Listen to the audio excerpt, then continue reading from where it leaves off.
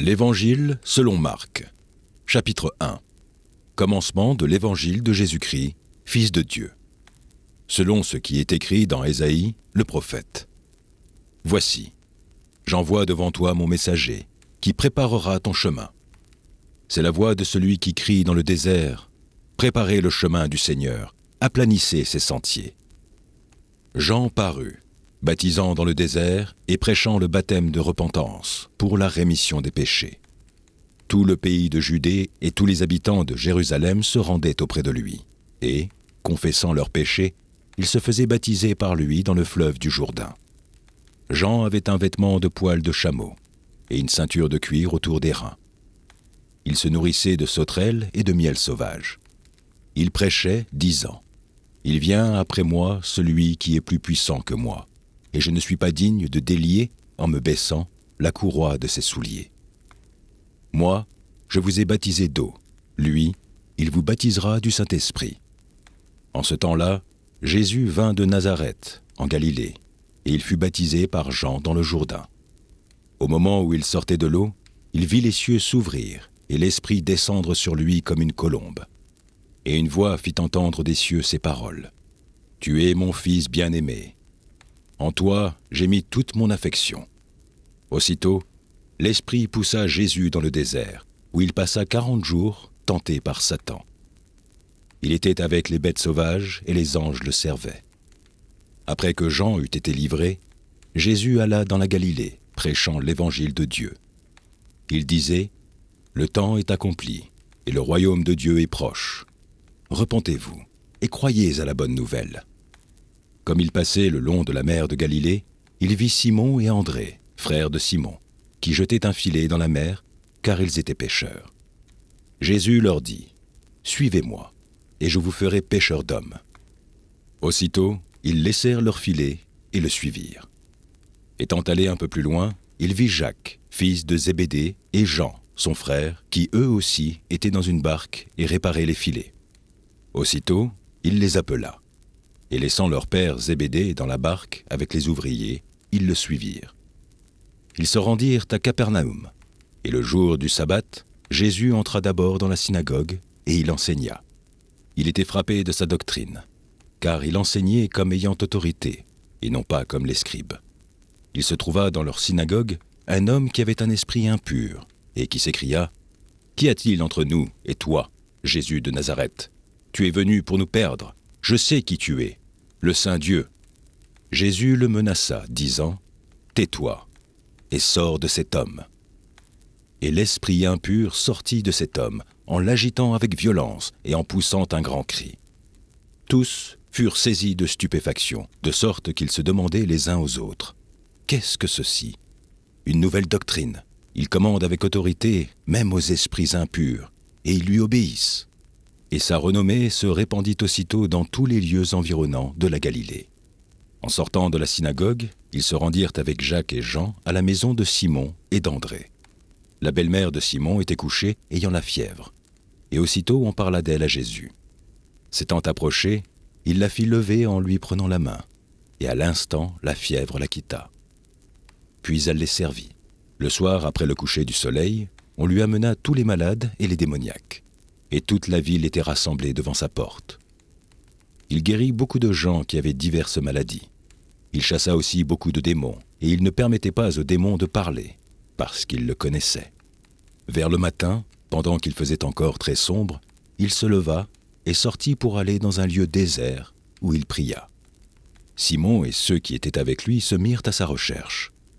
Et quand ils l'eurent trouvé, ils lui dirent, « Tous te cherchent. » Il leur répondit, « Allons ailleurs, dans les bourgades voisines, afin que j'y prêche aussi, car c'est pour cela que je suis sorti. » Et il alla prêcher dans les synagogues, par toute la Galilée, et il chassa les démons. Un lépreux vint à lui, et, se jetant à genoux, il lui dit d'un ton suppliant, « Si tu le veux, tu peux me rendre pur. » Jésus, ému de compassion, étendit la main, le toucha et dit, « Je le veux, sois pur. » Aussitôt, la lèpre le quitta, et il fut purifié. Jésus le renvoya sur le champ avec de sévères recommandations et lui dit, « Garde-toi de rien dire à personne. » mais va te montrer au sacrificateur et offre pour ta purification ce que Moïse a prescrit, afin que cela leur serve de témoignage. » Mais cet homme, s'en étant allé, se mit à publier hautement la chose et à la divulguer, de sorte que Jésus ne pouvait plus entrer publiquement dans une ville. Il se tenait dehors, dans des lieux déserts, et l'on venait à lui de toutes parts. Chapitre 2. Quelques jours après, Jésus revint à Capernaum. On apprit qu'il était à la maison, et il s'assembla un si grand nombre de personnes que l'espace devant la porte ne pouvait plus les contenir. Il leur annonçait la parole. Des gens vinrent à lui, amenant un paralytique porté par 4 hommes. Comme s'ils ne pouvaient l'aborder à cause de la foule, ils découvrirent le toit de la maison où il était, et ils descendirent par cette ouverture le lit sur lequel le paralytique était couché. Jésus, voyant leur foi, dit au paralytique : « Mon enfant, tes péchés sont pardonnés. » Il y avait là quelques scribes qui étaient assis et qui se disaient au-dedans d'eux : « Comment cet homme parle-t-il ainsi ? Il blasphème. Qui peut pardonner les péchés si ce n'est Dieu seul ?» Jésus, ayant aussitôt connu par son esprit ce qu'ils pensaient au-dedans d'eux, leur dit : « Pourquoi avez-vous de telles pensées dans vos cœurs ? Lequel est le plus aisé de dire au paralytique : tes péchés sont pardonnés, ou de dire : lève-toi, prends ton lit et marche ? Or, afin que vous sachiez que le Fils de l'homme a sur la terre le pouvoir de pardonner les péchés, je te l'ordonne, dit-il au paralytique, lève-toi, prends ton lit et va dans ta maison. Et à l'instant, il se leva, prit son lit et sortit en présence de tout le monde, de sorte qu'ils étaient tous dans l'étonnement et glorifiaient Dieu, disant : nous n'avons jamais rien vu de pareil. Jésus sortit de nouveau du côté de la mer. Toute la foule venait à lui, et il les enseignait. En passant, il vit Lévi, fils d'Alphée, assis au bureau des péages. Il lui dit : « Suis-moi. » Lévi se leva et le suivit. Comme Jésus était à table dans la maison de Lévi, beaucoup de publicains et de gens de mauvaise vie se mirent aussi à table avec lui et avec ses disciples, car ils étaient nombreux et l'avaient suivi. Les scribes et les pharisiens, le voyant manger avec les publicains et les gens de mauvaise vie, dirent à ses disciples : « Pourquoi mange-t-il et boit-il avec les publicains et les gens de mauvaise vie ?» Ce que Jésus, ayant entendu, il leur dit : « Ce ne sont pas ceux qui se portent bien qui ont besoin de médecins, mais les malades. Je ne suis pas venu appeler des justes, mais des pécheurs. » Les disciples de Jean et les pharisiens jeûnaient. Ils vinrent dire à Jésus : « Pourquoi les disciples de Jean et ceux des pharisiens jeûnent-ils, tandis que tes disciples ne jeûnent point ?» Jésus leur répondit : « Les amis de l'époux peuvent-ils jeûner pendant que l'époux est avec eux ? Aussi longtemps qu'ils ont avec eux l'époux, ils ne peuvent jeûner. Les jours viendront où l'époux leur sera enlevé, et alors ils jeûneront en ce jour-là. Personne ne coud une pièce de drap neuf à un vieil habit. Autrement, la pièce de drap neuf emporterait une partie du vieux, et la déchirure serait pire. Et personne ne met du vin nouveau dans de vieilles outres. Autrement, le vin fait rompre les outres, et le vin et les outres sont perdus. Mais il faut mettre le vin nouveau dans des outres neuves. » Il arriva, un jour de Shabbat, que Jésus traversa des champs de blé. Ses disciples, chemin faisant, se mirent à arracher des épis. Les pharisiens lui dirent : « Voici, pourquoi font-ils ce qui n'est pas permis pendant le Shabbat ?» Jésus leur répondit : « N'avez-vous jamais lu ce que fit David lorsqu'il fut dans la nécessité et qu'il eut faim, lui et ceux qui étaient avec lui ? Comment il entra dans la maison de Dieu du temps du souverain sacrificateur Abiatar et mangea les pains de proposition qu'il n'est permis qu'aux sacrificateurs de manger et en donna même à ceux qui étaient avec lui. Puis il leur dit, « Le Shabbat a été fait pour l'homme, et non l'homme pour le Shabbat. De sorte que le Fils de l'homme est maître même du Shabbat. » Chapitre 3. Jésus entra de nouveau dans la synagogue. Il s'y trouvait un homme qui avait la main sèche. Il observait Jésus pour voir s'il le guérirait le jour du sabbat. C'était afin de pouvoir l'accuser. Et Jésus dit à l'homme qui avait la main sèche, « Lève-toi, là, au milieu. » Puis il leur dit, « Est-il permis, le jour du sabbat, de faire du bien ou de faire du mal, de sauver une personne ou de la tuer ?» Mais ils gardèrent le silence. Alors, promenant ses regards sur eux avec indignation, et en même temps affligé de l'endurcissement de leur cœur, il dit à l'homme, « Étends ta main. » Il l'étendit, et sa main fut guérie. Les pharisiens sortirent, et aussitôt ils se consultèrent avec les Hérodiens sur les moyens de le faire périr. Jésus se retira vers la mer avec ses disciples. Une grande multitude le suivit de la Galilée, et de la Judée et de Jérusalem, et de l'Idumée et d'au-delà du Jourdain, et des environs de Tyr et de Sidon. Une grande multitude, apprenant tout ce qu'il faisait, vint à lui. Il chargea ses disciples de tenir toujours à sa disposition une petite barque, afin de ne pas être pressés par la foule. Car comme il guérissait beaucoup de gens, tous ceux qui avaient des maladies se jetaient sur lui pour le toucher. Les esprits impurs, quand ils le voyaient, se prosternaient devant lui et s'écriaient « Tu es le Fils de Dieu !» Mais il leur recommandait très sévèrement de ne pas le faire connaître. Il monta ensuite sur la montagne. Il appela ceux qu'il voulut, et ils vinrent auprès de lui. Il en établit 12, pour les avoir avec lui, et pour les envoyer prêcher avec le pouvoir de chasser les démons. Voici les 12 qu'il établit. Simon, qu'il nomma Pierre, Jacques, fils de Zébédée, et Jean, frère de Jacques, auquel il donna le nom de Boanerges, qui signifie « fils du tonnerre ».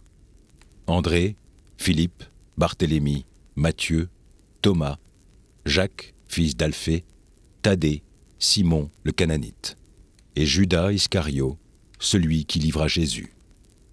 Ils se rendirent à la maison, et la foule s'assembla de nouveau, en sorte qu'ils ne pouvaient même pas prendre leur repas. Les parents de Jésus, ayant appris ce qui se passait, vinrent pour se saisir de lui, car ils disaient « Il est hors de sens ». Et les scribes, qui étaient descendus de Jérusalem, dirent « Il est possédé de Béelzébul. C'est par le prince des démons qu'il chasse les démons. » Jésus les appela et leur dit sous forme de parabole. Comment Satan peut-il chasser Satan? Si un royaume est divisé contre lui-même, ce royaume ne peut subsister. Et si une maison est divisée contre elle-même, cette maison ne peut subsister. Si donc Satan se révolte contre lui-même, il est divisé et il ne peut subsister, mais c'en est fait de lui. Personne ne peut entrer dans la maison d'un homme fort et piller ses biens, sans avoir auparavant lié cet homme fort. Alors il pillera sa maison. Je vous le dis en vérité, tous les péchés seront pardonnés aux fils des hommes, et les blasphèmes qu'ils auront proférés. Mais quiconque blasphémera contre le Saint-Esprit n'obtiendra jamais de pardon. Il est coupable d'un péché éternel. Jésus parla ainsi parce qu'il disait « Il est possédé d'un esprit impur ». Survinrent sa mère et ses frères, qui, se tenant dehors, l'envoyèrent appeler. La foule était assise autour de lui, et on lui dit « Voici, ta mère et tes frères sont dehors et te demandent. » Et il répondit « Qui est ma mère et qui sont mes frères ?» Puis, jetant les regards sur ceux qui étaient assis tout autour de lui. « Voici, dit-il, ma mère et mes frères. Car quiconque fait la volonté de Dieu, cela est mon frère, ma sœur et ma mère. » Chapitre 4. Jésus se mit de nouveau à enseigner au bord de la mer. Une grande foule s'étant assemblée auprès de lui, il monta et s'assit dans une barque, sur la mer. Toute la foule était à terre sur le rivage.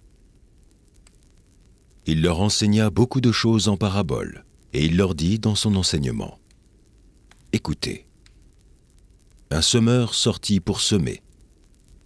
Comme il semait, une partie de la semence tomba le long du chemin. Les oiseaux vinrent et la mangèrent. Une autre partie tomba dans un endroit pierreux, où il n'avait pas beaucoup de terre. Elle leva aussitôt, parce qu'elle ne trouva pas un sol profond. Mais quand le soleil parut, Elle fut brûlée et sécha, faute de racines. Une autre partie tomba parmi les épines. Les épines montèrent et l'étouffèrent, et elle ne donna point de fruit. Une autre partie tomba dans la bonne terre. Elle donna du fruit qui montait et croissait. Et elle rapporta 30, 60 et 100 pour un. Puis il dit : que celui qui a des oreilles pour entendre, entende. Lorsqu'il fut en particulier, ceux qui l'entouraient avec les 12 l'interrogèrent sur les paraboles. Il leur dit : c'est à vous qu'a été donné le mystère du royaume de Dieu. Mais pour ceux qui sont dehors, tout se passe en paraboles, afin qu'en voyant, ils voient et n'aperçoivent point, et qu'en entendant, ils entendent et ne comprennent point, de peur qu'ils ne se convertissent et que les péchés ne leur soient pardonnés. Il leur dit encore : vous ne comprenez pas cette parabole ? Comment donc comprendrez-vous toutes les paraboles ? Le semeur sème la parole. Les uns sont sur le long du chemin, où la parole est semée. Quand ils l'ont entendue, aussitôt Satan vient et enlève la parole qui était semée en eux. Les autres, pareillement, reçoivent la semence dans les endroits pierreux. Quand ils entendent la parole, ils la reçoivent d'abord avec joie. Mais ils n'ont pas de racine en eux-mêmes. Ils manquent de persistance. Et dès que survient une tribulation ou une persécution à cause de la parole, ils éprouvent une occasion de chute. D'autres reçoivent la semence parmi les épines. Ce sont ceux qui entendent la parole, mais en qui les soucis du siècle, la séduction des richesses et l'invasion des autres convoitises étouffent la parole et la rendent infructueuse. D'autres reçoivent la semence dans la bonne terre. Ce sont ceux qui entendent la parole, la reçoivent et portent du fruit, 30, 60 et 100 pour un. Il leur dit encore : apportons la lampe pour la mettre sous le boisseau ou sous le lit. N'est-ce pas pour la mettre sur le chandelier ? Car il n'est rien de caché qui ne doive être découvert, rien de secret qui ne doive être mis au jour. Si quelqu'un a des oreilles pour entendre, qu'il entende. Il dit encore : prenez garde à ce que vous entendez. On vous mesurera avec la mesure dont vous vous serez servi, et on y ajoutera pour vous. Car on donnera à celui qui a, mais à celui qui n'a pas, on ôtera même ce qu'il a.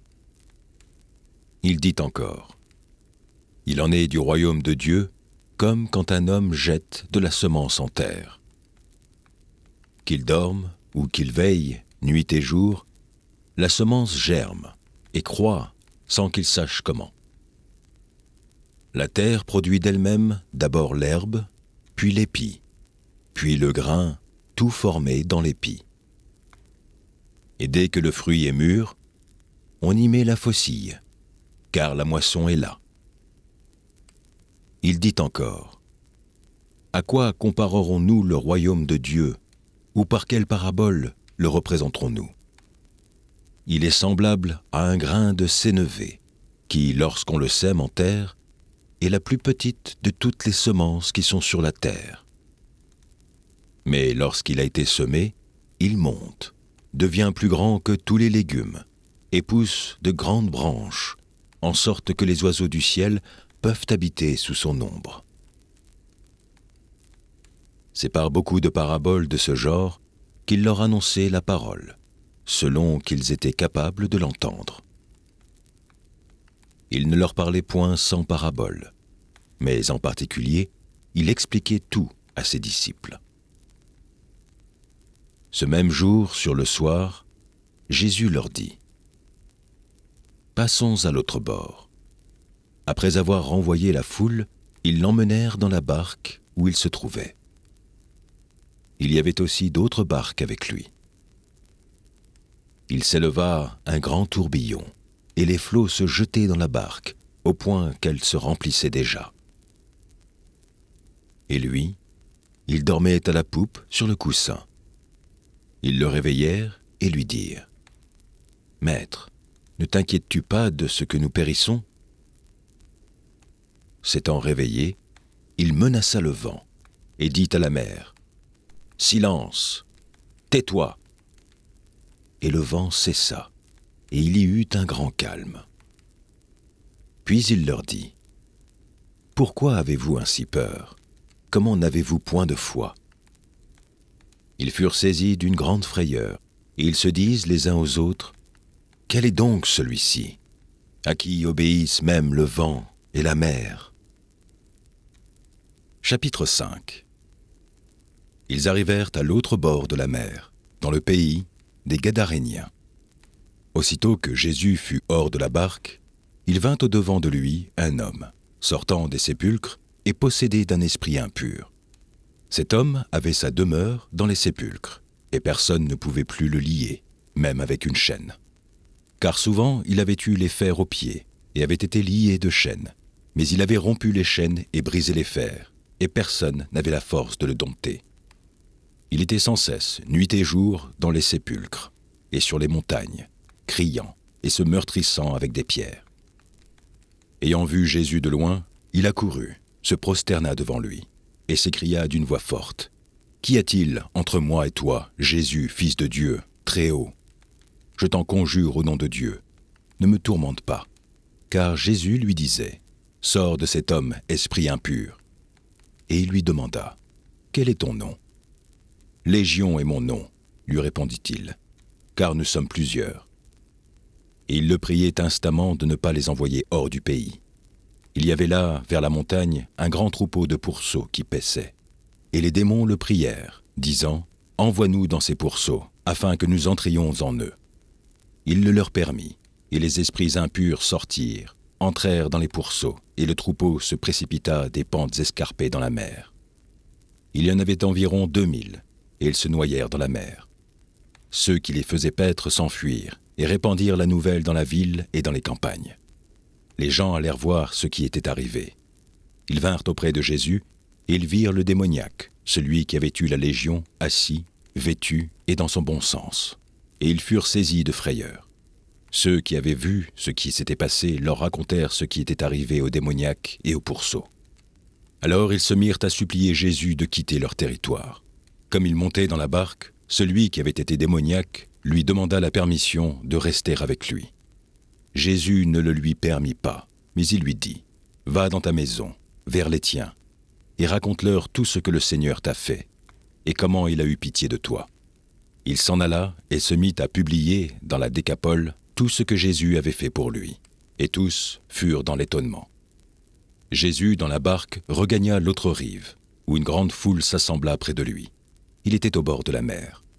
Alors vint un des chefs de la synagogue, nommé Jaïrus, qui, l'ayant aperçu, se jeta à ses pieds et lui adressa cette instante prière : « Ma petite fille est à l'extrémité. Viens, impose-lui les mains, afin qu'elle soit sauvée et qu'elle vive. » Jésus s'en alla avec lui, et une grande foule le suivait et le pressait. Or, il y avait une femme atteinte d'une perte de sang depuis 12 ans. Elle avait beaucoup souffert entre les mains de plusieurs médecins. Elle avait dépensé tout ce qu'elle possédait, et elle n'avait éprouvé aucun soulagement, mais était allée plutôt en empirant. Ayant entendu parler de Jésus, elle vint dans la foule par derrière et toucha son vêtement, car elle disait : « Si je puis seulement toucher ses vêtements, je serai guérie. » Au même instant, la perte de sang s'arrêta, et elle sentit dans son corps qu'elle était guérie de son mal. Jésus connut aussitôt en lui-même qu'une force était sortie de lui, et se retournant au milieu de la foule, il dit : « Qui a touché mes vêtements ?» Ses disciples lui dirent : « Tu vois la foule qui te presse, et tu dis : Qui m'a touché ? » Et il regardait autour de lui, pour voir celle qui avait fait cela. La femme, effrayée et tremblante, sachant ce qui s'était passé en elle, vint se jeter à ses pieds, et lui dit toute la vérité. Mais Jésus lui dit : « Ma fille, ta foi t'a sauvée. Va en paix, et sois guérie de ton mal. » Comme il parlait encore, survinrent de chez le chef de la synagogue des gens qui dirent « Ta fille est morte, pourquoi importuner davantage le maître ?» Mais Jésus, sans tenir compte de ces paroles, dit au chef de la synagogue « Ne crains pas, crois seulement. » Et il ne permit à personne de l'accompagner, si ce n'est à Pierre, à Jacques et à Jean, frères de Jacques.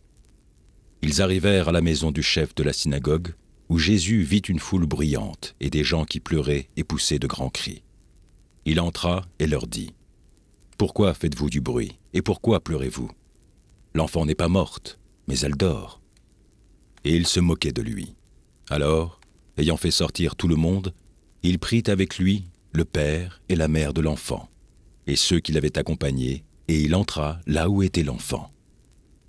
Il la saisit par la main et lui dit « Talitha koumi », ce qui signifie « Jeune fille, lève-toi, je te le dis ». Aussitôt la jeune fille se leva et se mit à marcher, car elle avait 12 ans, et ils furent dans un grand étonnement. Jésus leur adressa de fortes recommandations, pour que personne ne sût la chose, et il dit qu'on donnât à manger à la jeune fille. Chapitre 6.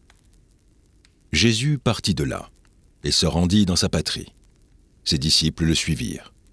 Quand le sabbat fut venu, il se mit à enseigner dans la synagogue. Beaucoup de gens qui l'entendirent étaient étonnés et disaient « D'où lui viennent ces choses ? Quelle est cette sagesse qui lui a été donnée ? Et comment de tels miracles se font-ils par ses mains ? N'était-ce pas le charpentier, le fils de Marie, le frère de Jacques, de José, de Jude et de Simon, et ses sœurs ne sont-elles pas ici parmi nous ? » Et il était pour eux une occasion de chute. Mais Jésus leur dit « Un prophète n'est méprisé que dans sa patrie, parmi ses parents et dans sa maison. Il ne put faire là aucun miracle, si ce n'est qu'il imposa les mains à quelques malades et les guérit. Et il s'étonnait de leur incrédulité. Jésus parcourait les villages d'alentour en enseignant. Alors, il appela les 12, et il commença à les envoyer 2 à 2 en leur donnant pouvoir sur les esprits impurs. Il leur prescrivit de ne rien prendre pour le voyage, si ce n'est un bâton, de n'avoir ni pain, ni sac, ni monnaie dans la ceinture, de chausser des sandales et de ne pas revêtir 2 tuniques. Puis il leur dit « Dans quelque maison que vous entriez, restez-y jusqu'à ce que vous partiez de ce lieu. Et s'il y a quelque part des gens qui ne vous reçoivent et ne vous écoutent, retirez-vous de là et secouez la poussière de vos pieds, afin que cela leur serve de témoignage. » Ils partirent et ils prêchèrent la repentance. Ils chassaient beaucoup de démons et ils oignaient d'huile beaucoup de malades et les guérissaient. Le roi Hérode entendit parler de Jésus, dont le nom était devenu célèbre, et il dit « Jean-Baptiste est ressuscité des morts, et c'est pour cela qu'il se fait par lui des miracles. » D'autres disaient « C'est Élie », et d'autres disaient « C'est un prophète comme l'un des prophètes. » Mais Hérode, en apprenant cela, disait « Ce Jean que j'ai fait décapiter, c'est lui qui est ressuscité. » Car Hérode lui-même avait fait arrêter Jean et l'avait fait lier en prison à cause d'Hérodia, femme de Philippe, son frère, parce qu'il l'avait épousée, et que Jean lui disait « Il ne t'est pas permis d'avoir la femme de ton frère. » Hérodia était irritée contre Jean et voulait le faire mourir, mais elle ne le pouvait, car Hérode craignait Jean, le connaissant pour un homme juste et saint. Il le protégeait, et après l'avoir entendu, il était souvent perplexe et l'écoutait avec plaisir. Cependant, un jour propice arriva lorsqu'Hérode, à l'anniversaire de sa naissance, donna un festin assez grand aux chefs militaires et aux principaux de la Galilée. La fille d'Hérodia entra dans la salle. Elle dansa et plut à Hérode et à ses convives. Le roi dit à la jeune fille « Demande-moi ce que tu voudras, et je te le donnerai. » Il ajouta avec serment « Ce que tu me demanderas, je te le donnerai, fût-ce la moitié de mon royaume. » Étant sortie, elle dit à sa mère « Que demanderai-je » Et sa mère répondit « La tête de Jean-Baptiste. » Elle s'empressa de rentrer aussitôt vers le roi et lui fit cette demande. « Je veux que tu me donnes à l'instant, sur un plat, la tête de Jean-Baptiste. » Le roi fut attristé, mais, à cause de ses serments et des convives, il ne voulut pas lui faire un refus. Il envoya sur le champ un garde avec ordre d'apporter la tête de Jean-Baptiste. Le garde alla décapiter Jean dans la prison et apporta la tête sur un plat. Il la donna à la jeune fille, et la jeune fille la donna à sa mère. Les disciples de Jean, ayant appris cela, vinrent prendre son corps et le mirent dans un sépulcre. Les apôtres, s'étant rassemblés auprès de Jésus, lui racontèrent tout ce qu'ils avaient fait et tout ce qu'ils avaient enseigné. Jésus leur dit : « Venez à l'écart dans un lieu désert et reposez-vous un peu. » Car il y avait beaucoup d'allants et de venants, et ils n'avaient même pas le temps de manger. Ils partirent donc dans une barque pour aller à l'écart dans un lieu désert. Beaucoup de gens les virent s'en aller et les reconnurent. Et de toutes les villes, on accourut à pied, et on les devança au lieu où ils se rendaient. Quand il sortit de la barque, Jésus vit une grande foule et fut ému de compassion pour eux, parce qu'ils étaient comme des brebis qui n'ont pas de berger. Il se mit à leur enseigner beaucoup de choses. Comme l'heure était déjà avancée, ses disciples s'approchèrent de lui et lui dirent : « Ce lieu est désert, et l'heure est déjà avancée. Renvoie-les, afin qu'ils aillent dans les campagnes et dans les villages des environs pour s'acheter de quoi manger. » Jésus leur répondit : « Donnez-leur vous-même à manger. » Mais ils lui dirent : « Irions-nous acheter des pains pour 200 deniers et leur donnerions-nous à manger ?» Et il leur dit : « Combien avez-vous de pain ?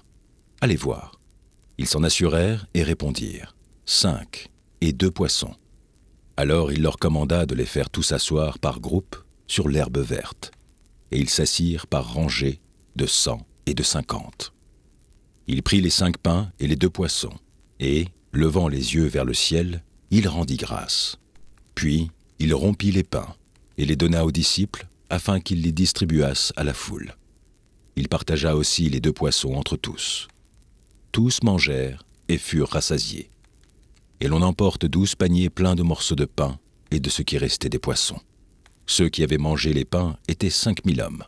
Aussitôt après, il obligea ses disciples à monter dans la barque et à passer avant lui de l'autre côté, vers Bethsaïda, pendant que lui-même renverrait la foule. Quand il l'eut renvoyé, il s'en alla sur la montagne pour prier. Le soir étant venu, la barque était au milieu de la mer, et Jésus était seul à terre. Il vit qu'ils avaient beaucoup de peine à ramer, car le vent leur était contraire. À la 4e veille de la nuit environ, il alla vers eux, marchant sur la mer, et il voulait les dépasser. Quand ils le virent marcher sur la mer, ils crurent que c'était un fantôme, et ils poussèrent des cris, car ils le voyaient tous, et ils étaient troublés. Aussitôt, Jésus leur parla et leur dit : « Rassurez-vous, c'est moi, n'ayez pas peur. » Puis il monta vers eux dans la barque, et le vent cessa.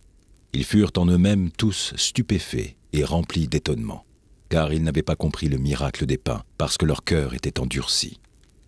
Après avoir traversé la mer, ils vinrent dans le pays de Génézareth, et ils abordèrent. Quand ils furent sortis de la barque, les gens, ayant aussitôt reconnu Jésus, parcoururent tous les environs, et l'on se mit à apporter les malades sur des lits, partout où l'on apprenait qu'il était. En quelques lieues qu'il arriva, dans les villages, dans les villes ou dans les campagnes, on mettait les malades sur les places publiques, et on le priait de leur permettre seulement de toucher le bord de son vêtement. Et tous ceux qui le touchaient étaient guéris. Chapitre 7. Les pharisiens et quelques scribes, venus de Jérusalem, s'assemblèrent auprès de Jésus. Ils virent quelques-uns de ses disciples prendre leur repas avec des mains impures, c'est-à-dire non lavées. Or, les pharisiens et tous les juifs ne mangent pas sans s'être lavés soigneusement les mains, conformément à la tradition des anciens. Et quand ils reviennent de la place publique, ils ne mangent qu'après s'être purifiés. Ils ont encore beaucoup d'autres observances traditionnelles, comme le lavage des coupes, des cruches et des vases d'airain. Et les pharisiens et les scribes lui demandèrent : « Pourquoi tes disciples ne suivent-ils pas la tradition des anciens, mais prennent-ils leur repas avec des mains impures ?» Jésus leur répondit : « Hypocrites, Ésaïe a bien prophétisé sur vous, ainsi qu'il est écrit : Ce peuple m'honore des lèvres, mais son cœur est éloigné de moi. C'est en vain qu'il m'honore, en donnant des préceptes qui sont des commandements d'hommes. Vous abandonnez le commandement de Dieu, et vous observez la tradition des hommes. » Il leur dit encore : « Vous anéantissez fort bien le commandement de Dieu pour garder votre tradition. Car Moïse a dit : Honore ton père et ta mère, et celui qui maudira son père ou sa mère sera puni de mort. Mais vous, vous dites : Si un homme dit à son père ou à sa mère : Ce dont j'aurais pu t'assister est corban, c'est-à-dire une offrande à Dieu, vous ne le laissez plus rien faire pour son père ou pour sa mère. annulant ainsi la parole de Dieu par votre tradition que vous avez établie. Et vous faites beaucoup d'autres choses semblables. » Ensuite, ayant de nouveau appelé la foule à lui, il lui dit : « Écoutez-moi tous et comprenez. Il est hors de l'homme rien que, entrant en lui, puisse le souiller. Mais ce qui sort de l'homme, c'est ce qui le souille. Si quelqu'un a des oreilles pour entendre, qu'il entende. » Lorsqu'il fut entré dans la maison, loin de la foule, ses disciples l'interrogèrent sur cette parabole. Il leur dit : « Vous aussi, êtes-vous donc sans intelligence ? Ne comprenez-vous pas que rien de ce qui du dehors entre dans l'homme ne peut le souiller ? Car cela n'entre pas dans son cœur, mais dans son ventre, puis s'en va dans les lieux secrets qui purifient tous les aliments. » Il dit encore : « Ce qui sort de l'homme, c'est ce qui souille l'homme. Car c'est du dedans, c'est du cœur des hommes que sortent les mauvaises pensées, les adultères, les impudicités, les meurtres, les vols, les cupidités, les méchancetés, la fraude, le dérèglement, le regard envieux, la calomnie, l'orgueil, la folie. Toutes ces choses mauvaises sortent du dedans et souillent l'homme. » Jésus, étant parti de là, s'en alla dans le territoire de Tyr et de Sidon. Il entra dans une maison, désirant que personne ne le sût. Mais il ne put rester caché. Car une femme, dont la fille était possédée d'un esprit impur, entendit parler de lui, et vint se jeter à ses pieds. Cette femme était grecque, syro-phénicienne d'origine. Elle le pria de chasser le démon hors de sa fille. Jésus lui dit : « Laisse d'abord les enfants se rassasier, car il n'est pas bien de prendre le pain des enfants et de le jeter aux petits chiens. »« Oui, Seigneur, » lui répondit-elle, « mais les petits chiens sous la table mangent les miettes des enfants. » Alors il lui dit : « À cause de cette parole, va, le démon est sorti de ta fille. » Et quand elle rentra dans sa maison, elle trouva l'enfant couché sur le lit, le démon étant sorti. Jésus quitta le territoire de Tyr et revint par Sidon vers la mer de Galilée, en traversant le pays de la Décapole. On lui amena un sourd qui avait de la difficulté à parler, et on lui pria de lui imposer les mains. Il le prit à part loin de la foule, lui mit les doigts dans les oreilles et lui toucha la langue avec sa propre salive. Puis, levant les yeux au ciel, il soupira et dit : « Ephphatha », c'est-à-dire « Ouvre-toi ». Aussitôt ses oreilles s'ouvrirent, sa langue se délia, et il parla très bien. Jésus leur recommanda de n'en parler à personne, mais plus il le leur recommanda, plus ils le publièrent. Ils étaient dans le plus grand étonnement, et disaient : « Il fait tout à merveille, même il fait entendre les sourds et parler les muets. » Chapitre 8. En ces jours-là, une foule nombreuse s'étant de nouveau réunie et n'ayant pas de quoi manger, Jésus appela les disciples et leur dit : « Je suis ému de compassion pour cette foule, car voilà 3 jours qu'ils sont près de moi et n'ont rien à manger. Si je les renvoie chez eux à jeun, les forces leur manqueront en chemin, car quelques-uns d'entre eux sont venus de loin. » Ses disciples lui répondirent : « Comment pourrait-on les rassasier de pain, ici, dans un lieu désert ?» Jésus leur demanda : « Combien avez-vous de pain ? » « 7, répondirent-ils. Alors il fit asseoir la foule par terre, prit les 7 pains, et, après avoir rendu grâce, il les rompit, et les donna à ses disciples pour les distribuer. Et ils les distribuèrent à la foule. Ils avaient encore quelques petits poissons, et Jésus, ayant rendu grâce, les fit aussi distribuer. Ils mangèrent et furent rassasiés, et l'on emporta 7 corbeilles pleines des morceaux qui restaient. Ils étaient environ 4000. Ensuite, Jésus les renvoya. Aussitôt, il monta dans la barque avec ses disciples, et se rendit dans la contrée de Dalmanuta. Les pharisiens survinrent, se mirent à discuter avec Jésus, et, pour l'éprouver, lui demandèrent un signe venant du ciel. Jésus, soupirant profondément en son esprit, dit : « Pourquoi cette génération demande-t-elle un signe ? Je vous le dis en vérité, il ne sera point donné de signe à cette génération. » Puis il les quitta et remonta dans la barque pour passer sur l'autre bord. Les disciples avaient oublié de prendre des pains. Il n'en avait qu'un seul avec eux dans la barque. Jésus leur fit cette recommandation : « Gardez-vous avec soin du levain des pharisiens et du levain d'Hérode. » Les disciples raisonnaient entre eux et disaient « C'est parce que nous n'avons pas de pain. » Jésus, l'ayant connu, leur dit « Pourquoi raisonnez-vous sur ce que vous n'avez pas de pain? Êtes-vous encore sans intelligence et ne comprenez-vous pas? Avez-vous le cœur endurci? Ayant des yeux, ne voyez-vous pas? Ayant des oreilles, n'entendez-vous pas? Et n'avez-vous point de mémoire? Quand j'ai rompu les 5 pains pour les 5000 hommes, combien de paniers pleins de morceaux avez-vous emporté? 12, lui répondirent-ils. Et quand j'ai rompu les 7 pains pour les 4000 hommes, combien de corbeilles pleines de morceaux avez-vous emporté? 7, répondirent-ils. Et il leur dit, ne comprenez-vous pas encore? Ils se rendirent à Bethsaïda, et on amena vers Jésus un aveugle qu'on le pria de toucher. Il prit l'aveugle par la main et le conduisit hors du village. Puis il lui mit de la salive sur les yeux, lui imposa les mains et lui demanda s'il voyait quelque chose. Il regarda et dit « J'aperçois les hommes, mais j'en vois comme des arbres et qui marchent. » Jésus lui mit de nouveau les mains sur les yeux. Et, quand l'aveugle regarda fixement, il fut guéri et vit tout distinctement. Alors Jésus le renvoya dans sa maison en disant « N'entre pas au village. » Jésus s'en alla, avec ses disciples, dans les villages de Césarée de Philippe, et il leur posa en chemin cette question. « Qui dit-on que je suis ?» Ils répondirent « Jean-Baptiste. Les autres, Élie. Les autres, l'un des prophètes. » « Et vous ?» leur demanda-t-il. « Qui dites-vous que je suis ?» Pierre lui répondit « Tu es le Christ. » Jésus leur recommanda sévèrement de ne dire cela de lui à personne. Alors il commença à leur apprendre qu'il fallait que le Fils de l'homme souffrit beaucoup, qu'il fût rejeté par les anciens, par les principaux sacrificateurs et par les scribes, qu'il fût mis à mort et qu'il ressuscita 3 jours après. Il leur disait ces choses ouvertement, et Pierre, l'ayant pris à part, se mit à le reprendre.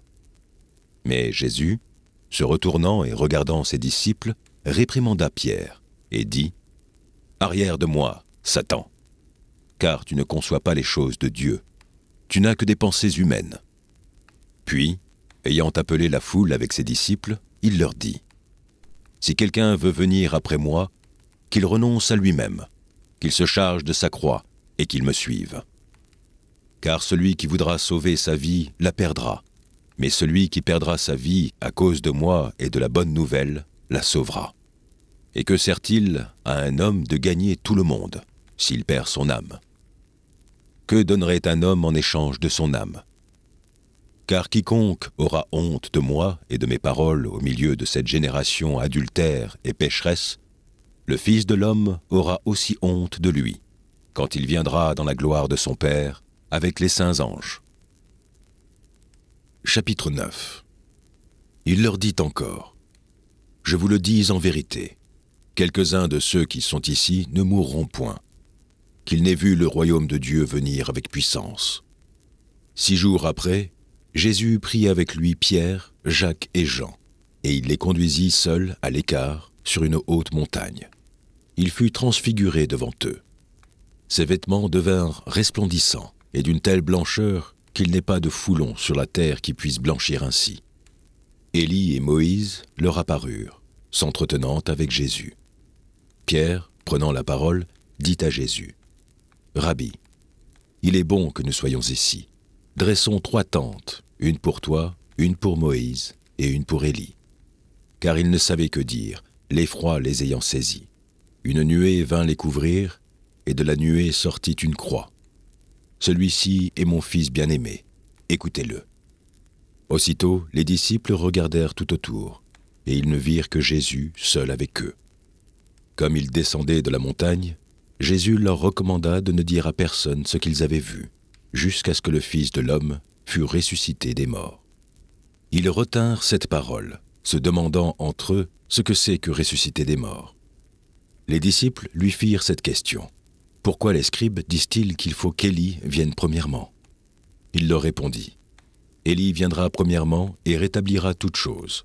Et pourquoi est-il écrit du Fils de l'homme qu'il doit souffrir beaucoup et être méprisé, Mais je vous dis qu'Élie est venu, et qu'il est traité comme ils l'ont voulu, selon qu'il est écrit de lui. » Lorsqu'ils furent arrivés près des disciples, ils virent autour d'eux une grande foule, et des scribes qui discutaient avec eux. Dès que la foule vit Jésus, elle fut surprise et accourut pour le saluer. Il leur demanda : « Sur quoi discutez-vous avec eux ?» Et un homme de la foule lui répondit : « Maître, j'ai amené auprès de toi mon fils, qui est possédé d'un esprit muet. En quelque lieu qu'il le saisisse, il le jette par terre. L'enfant écume, grince des dents et devient tout raide. J'ai prié tes disciples de chasser l'esprit, et ils n'ont pas pu. » « Race incrédule, leur dit Jésus, jusqu'à quand serai-je avec vous ? Jusqu'à quand vous supporterai-je ? Amenez-le-moi. » On le lui amena. Et aussitôt que l'enfant vit Jésus, l'esprit l'agita avec violence. Il tomba par terre et se roulait en écumant. Jésus demanda au Père : « Combien y a-t-il de temps que cela lui arrive ? » « Depuis son enfance, répondit-il. Et souvent l'esprit l'a jeté dans le feu et dans l'eau pour le faire périr.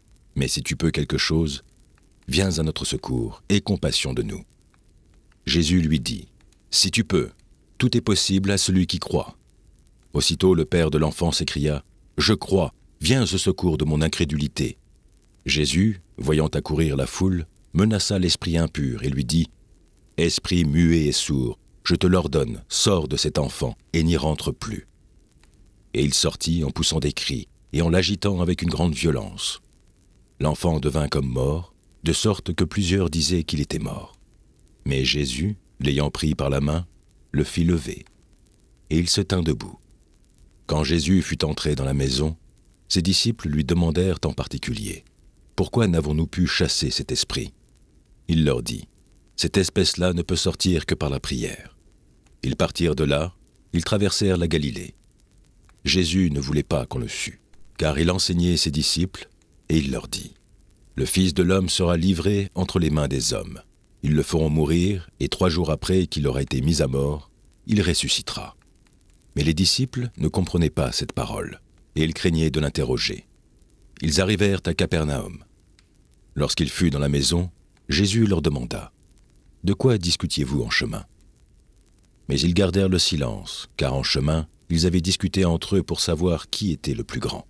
Alors il s'assit, appela les 12 et leur dit : « Si quelqu'un veut être le premier, il sera le dernier de tous et le serviteur de tous. » Et il prit un petit enfant, le plaça au milieu d'eux, et l'ayant pris dans ses bras, il leur dit : « Quiconque reçoit en mon nom un de ces petits enfants, me reçoit moi-même. Et quiconque me reçoit, reçoit non pas moi, mais celui qui m'a envoyé. » Jean lui dit : « Maître, nous avons vu un homme qui chasse des démons en ton nom, et nous l'en avons empêché, parce qu'il ne nous suit pas. » « Ne l'en empêchez pas, répondit Jésus, car il n'est personne qui, faisant un miracle en mon nom, puisse aussitôt après parler mal de moi. Qui n'est pas contre nous est pour nous. Et quiconque vous donnera à boire un verre d'eau en mon nom, parce que vous appartenez à Christ, je vous le dis en vérité, il ne perdra point sa récompense. Mais si quelqu'un scandalisait un de ces petits qui croient, il vaudrait mieux pour lui qu'on lui mît au cou une grosse meule de moulin et qu'on le jetât dans la mer. Si ta main est pour toi une occasion de chute, coupe-la. Mieux vaut pour toi entrer manchot dans la vie que d'avoir les 2 mains et d'aller dans la géhenne, dans le feu qui ne s'éteint point. Si ton pied est pour toi une occasion de chute, coupe-le. Mieux vaut pour toi entrer boiteux dans la vie que d'avoir les 2 pieds et d'être jeté dans la géhenne, dans le feu qui ne s'éteint point. Et si ton œil est pour toi une occasion de chute, arrache-le. Mieux vaut pour toi entrer dans le royaume de Dieu n'ayant qu'un œil que d'avoir 2 yeux et d'être jugé dans la géhenne, où leur ver ne meurt point et où le feu ne s'éteint point. Car tout homme sera salé de feu. Le sel est une bonne chose, mais si le sel devient sans saveur, avec quoi l'assaisonnerez-vous ? Ayez du sel en vous-même, et soyez en paix les uns avec les autres. » Chapitre 10. Jésus, étant parti de là, se rendit dans le territoire de la Judée au-delà du Jourdain. La foule s'assembla de nouveau près de lui, et selon sa coutume, il se mit encore à l'enseigner. Les pharisiens l'abordèrent, et pour l'éprouver, ils lui demandèrent s'il est permis à un homme de répudier sa femme. Il leur répondit : « Que vous a prescrit Moïse ? Moïse, dirent-ils, a permis d'écrire une lettre de divorce et de répudier. Et Jésus leur dit, « C'est à cause de la dureté de votre cœur que Moïse vous a donné ce précepte. Mais au commencement de la création, Dieu fit l'homme et la femme. C'est pourquoi l'homme quittera son père et sa mère et s'attachera à sa femme, et les deux deviendront une seule chair. Ainsi, ils ne sont plus deux, mais ils sont une seule chair. Que l'homme, donc, ne sépare pas de ce que Dieu a joint. » Lorsqu'ils furent dans la maison, les disciples l'interrogèrent encore là-dessus. Il leur dit, « Celui qui répudie sa femme et qui en épouse une autre commet un adultère à son égard. Et si une femme quitte son mari et en épouse un autre, elle commet un adultère. » On lui amena des petits-enfants, afin qu'il les touchât. Mais les disciples reprirent ceux qui les amenaient. Jésus, voyant cela, fut indigné et leur dit, « Laissez venir à moi les petits-enfants, et ne les en empêchez pas, car le royaume de Dieu est pour ceux qui leur ressemblent. Je vous le dis en vérité, quiconque ne recevra par le royaume de Dieu comme un petit enfant n'y entrera point. » Puis il les prit dans ses bras et les bénit, en leur imposant les mains. Comme Jésus se mettait en chemin, un homme accourut et se jeta à genoux devant lui. « Bon maître, lui demanda-t-il, que dois-je faire pour hériter la vie éternelle ?» Jésus lui dit, « Pourquoi m'appelles-tu bon ? Il n'y a de bon que Dieu seul. Tu connais les commandements. Tu ne commettras point d'adultère, tu ne tueras point, tu ne déroberas point, et tu ne diras point de faux témoignages. Tu ne feras tort à personne, honore ton père et ta mère. » Il lui répondit, « Maître, j'ai observé toutes ces choses dès ma jeunesse. » Jésus, l'ayant regardé, l'aima et lui dit, « Il te manque une chose. Va, vends tout ce que tu as, donne-le aux pauvres, et tu auras un trésor dans le ciel. Puis viens et suis-moi. » Mais, affligé de cette parole, cet homme s'en alla tout triste, car il avait de grands biens. Jésus, regardant autour de lui, dit à ses disciples, « Qu'il sera difficile à ceux qui ont des richesses d'entrer dans le royaume de Dieu. » Les disciples furent étonnés de ce que Jésus parlait ainsi, et, reprenant, il leur dit, « Mes enfants, qu'il est difficile à ceux qui se confient dans les richesses d'entrer dans le royaume de Dieu.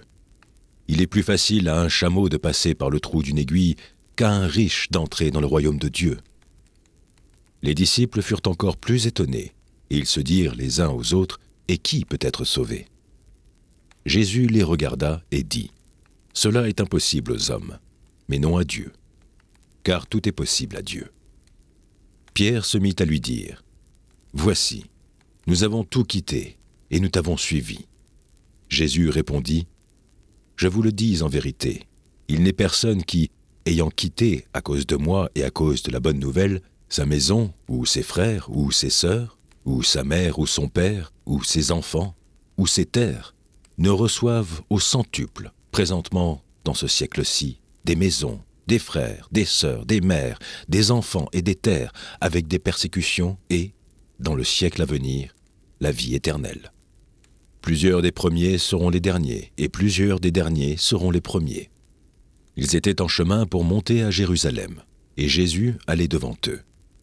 Les disciples étaient troublés, et le suivaient avec crainte. Et Jésus prit de nouveau les 12 auprès de lui, et commença à leur dire ce qui devait lui arriver. « Voici, nous montons à Jérusalem, et le Fils de l'homme sera livré aux principaux sacrificateurs et aux scribes. Ils le condamneront à mort, et ils le livreront aux païens, qui se moqueront de lui, cracheront sur lui, le battront de verges, et le feront mourir. Et, 3 jours après, il ressuscitera. » Les fils de Zébédée, Jacques et Jean, s'approchèrent de Jésus et lui dirent, « Maître, nous voudrions que tu fisses pour nous ce que nous te demanderons. » Il leur dit, « Que voulez-vous que je fasse pour vous ? Accorde-nous, lui dirent-ils, d'être assis l'un à ta droite et l'autre à ta gauche, quand tu seras dans ta gloire. » Jésus leur répondit, « Vous ne savez pas ce que vous demandez. Pouvez-vous boire la coupe que je dois boire, ou être baptisé du baptême dont je dois être baptisé ? » Nous le pouvons, dirent-ils. Et Jésus leur répondit, « Il est vrai que vous boirez la coupe que je dois boire, et que vous serez baptisés du baptême dont je dois être baptisé.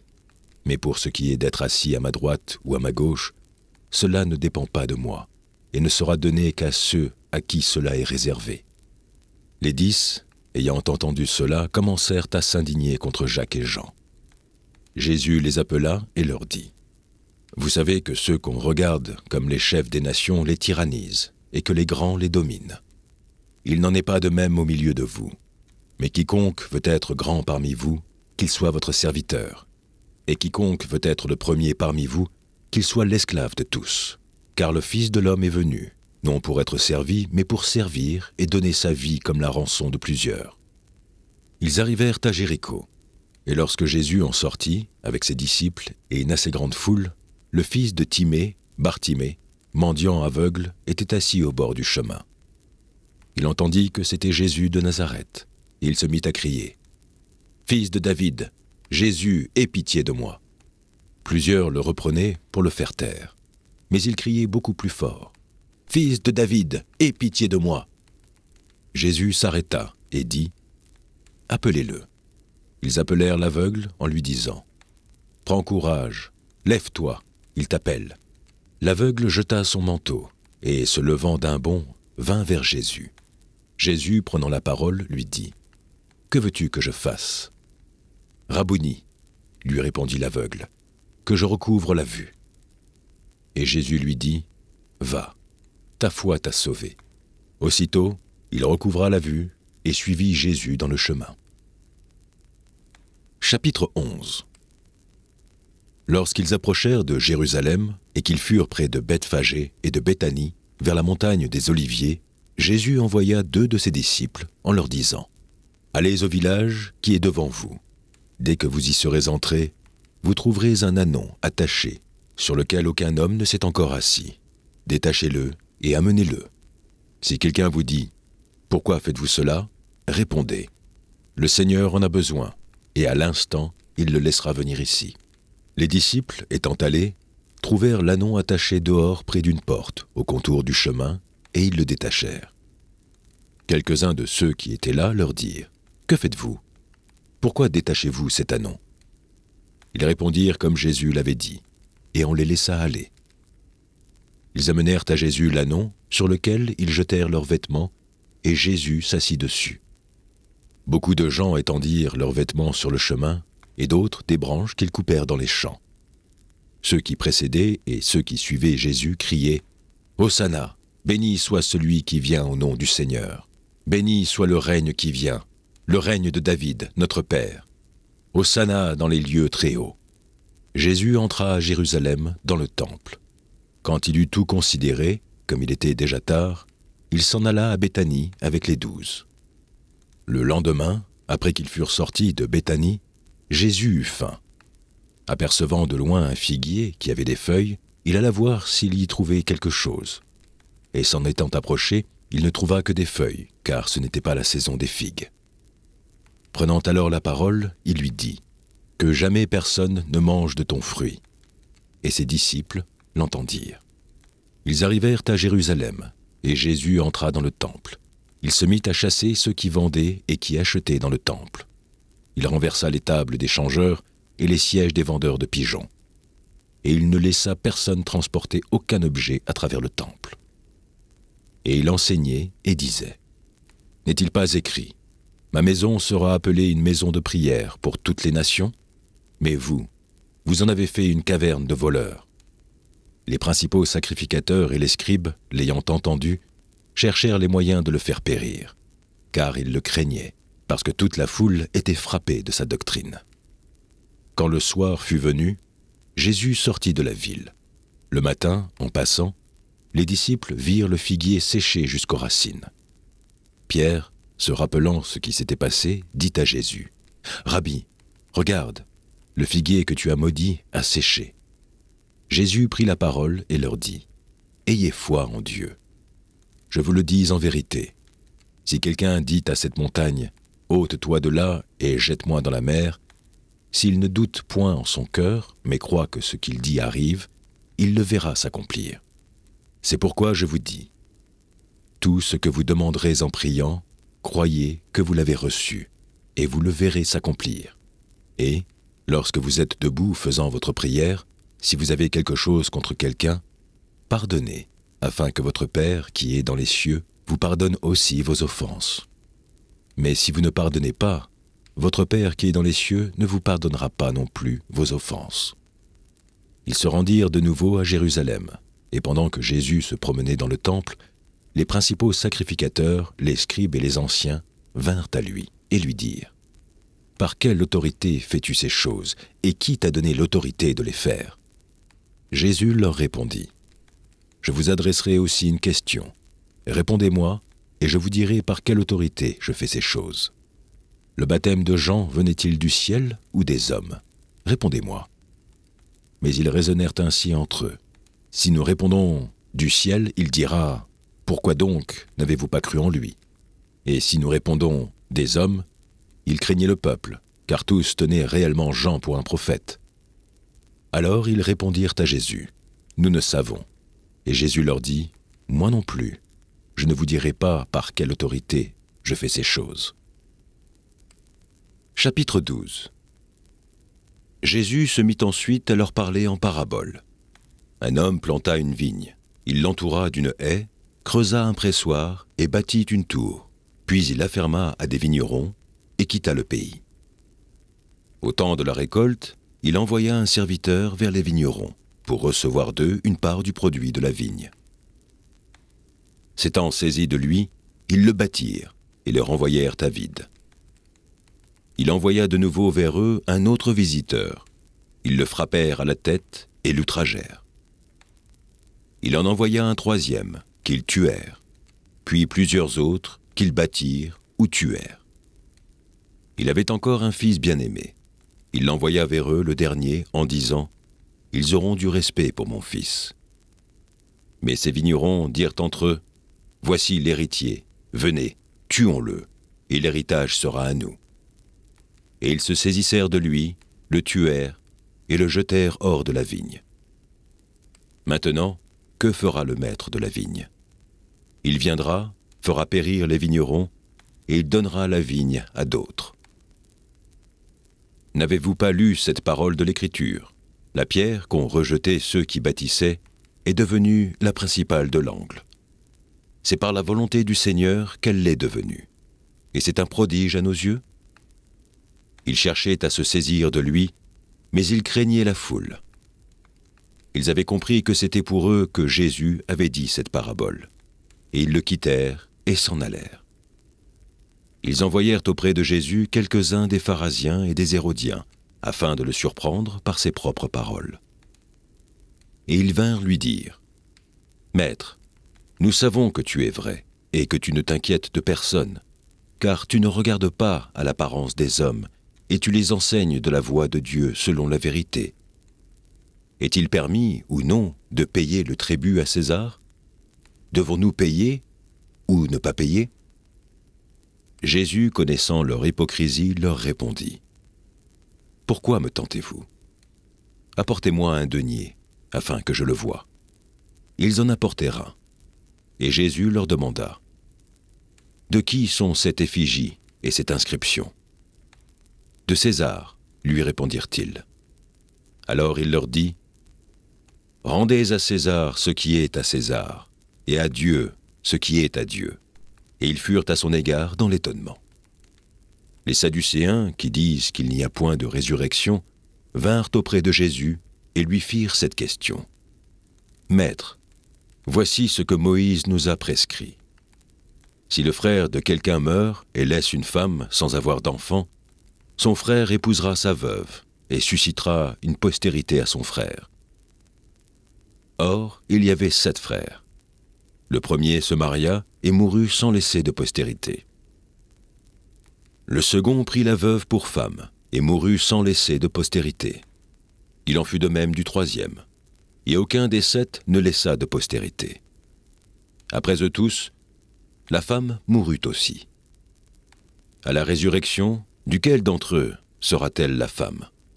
Car les 7 l'ont eue pour femme. » Jésus leur répondit : « N'êtes-vous pas dans l'erreur, parce que vous ne comprenez ni les Écritures, ni la puissance de Dieu ? Car, à la résurrection des morts, les hommes ne prendront point de femmes, ni les femmes de mari, mais ils seront comme les anges dans les cieux, Pour ce qui est de la résurrection des morts, n'avez-vous pas lu dans le livre de Moïse ce que Dieu lui dit à propos du buisson ? Je suis le Dieu d'Abraham, le Dieu d'Isaac et le Dieu de Jacob. Dieu n'est pas Dieu des morts, mais des vivants. Vous êtes grandement dans l'erreur.